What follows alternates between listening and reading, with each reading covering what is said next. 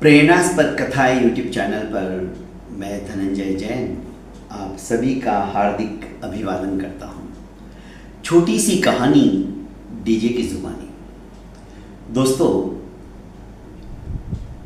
एक लड़के का विवाह एक सुंदर कन्या से हुआ।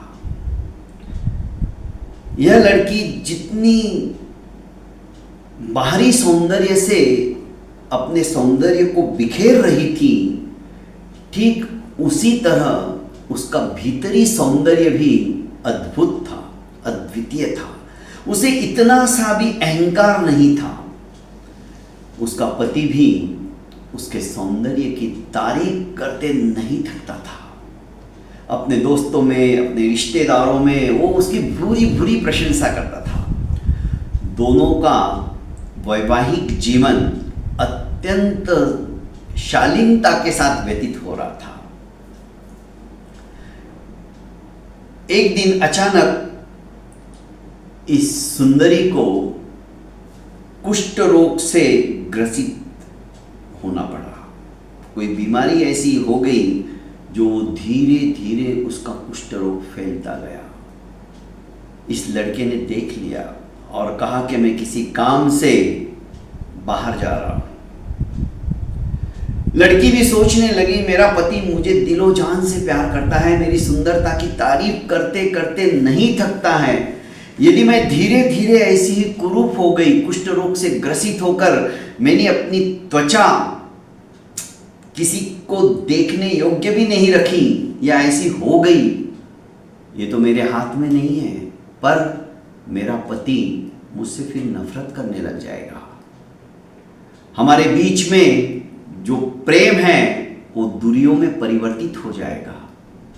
इसी डर के मारे वो कृशकाय होती चली गई। इधर इसने अपनी पत्नी को खबर दी कि मैं वापस अपने शहर में आ रहा था तो अचानक मेरा एक्सीडेंट हुआ और मेरी दोनों आंखें उसमें चली गई हैं।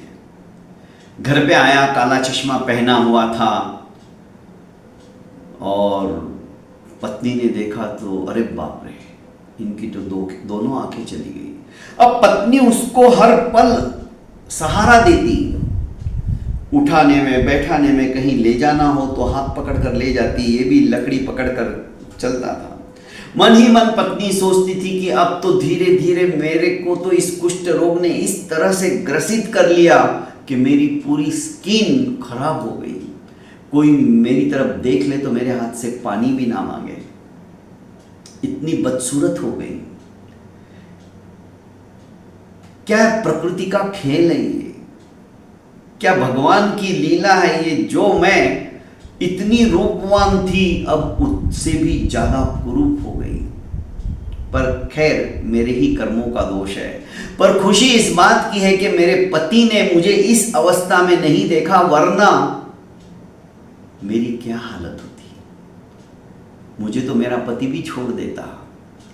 पर इन दोनों के बीच में वैसा ही प्यार था जैसा पहले था, कोई फर्क नहीं आया।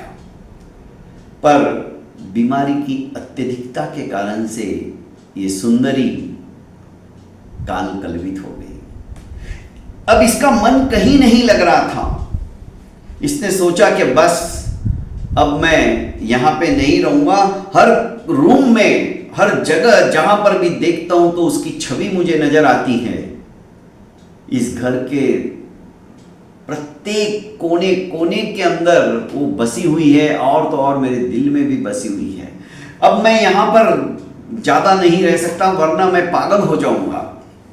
हर तरफ मुझे वही नजर आती है। मैं किसी दूसरे शहर में चला जाता हूँ।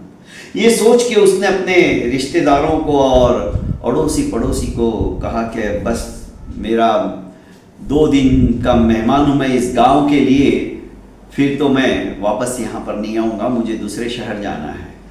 एक ने कहा, पर तुम कैसे जाओगे एकाकी? तुम्हारे तो हर काम में तुम्हारी पत्नी सपोर्ट करती थी। बिना उसके सहारे, बिना उसके अवलंबन के तुम एक कदम भी इधर उधर नहीं जाते थे, तो दूसरे शहर में तुम कैसे मैनेज करोगे? तुम्हें तो कुछ दिखाई भी नहीं देता।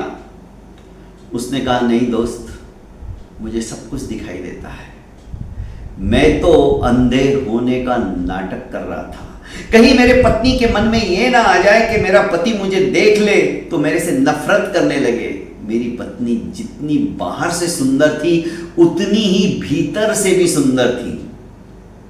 उसने मेरे को अंधा समझ के मेरी उसी तरह से जी जान से सेवा की और ये सब मैं देखता रहा। दोस्तों, ये कहानी सुनाने के पीछे आशय ये है, जहां पर अपनत्व होता है, जहां पर प्यार होता है, वहां पर उसकी बुराइयों को नजरअंदाज कर दीजिए। उस समय आप अंधे हो जाइए, ऐसा सोचो कि आपको उसकी बुराई दिखाई नहीं दे रही है, आपका यह प्रेम अटूट रहेगा। पर जिस दिन हम सामने वाले की खामियां देखने लग जाते हैं, उसकी कमियां देखने लग जाते हैं, समझ लीजिए आपके प्रेम के अंदर कमियां भी आने लगी हैं। तभी तो आपके मन में इस तरह से विचार आने लगे। अपने विचारों को मजबूत बनाइए, नेगेटिव विचार आते ही उनको झटक दीजिए, उस समय आंखें बंद कर लीजिए, क्योंकि आप जिसे चाहते हो दिलो जान से चाहते हो। बाहरी आंखों से सिर्फ उसे मत देखिए, भीतर की आंखों से देखिए उसके सौंदर्य को, उसकी अच्छाइयों को। बुराई जैसे ही आपके मन में पनपने लग जाती है, उखाड़ के फेंक दीजिए, आप अंधे हो जाइए, नजरअंदाज कर दीजिए। बहुत बहुत धन्यवाद दोस्तों।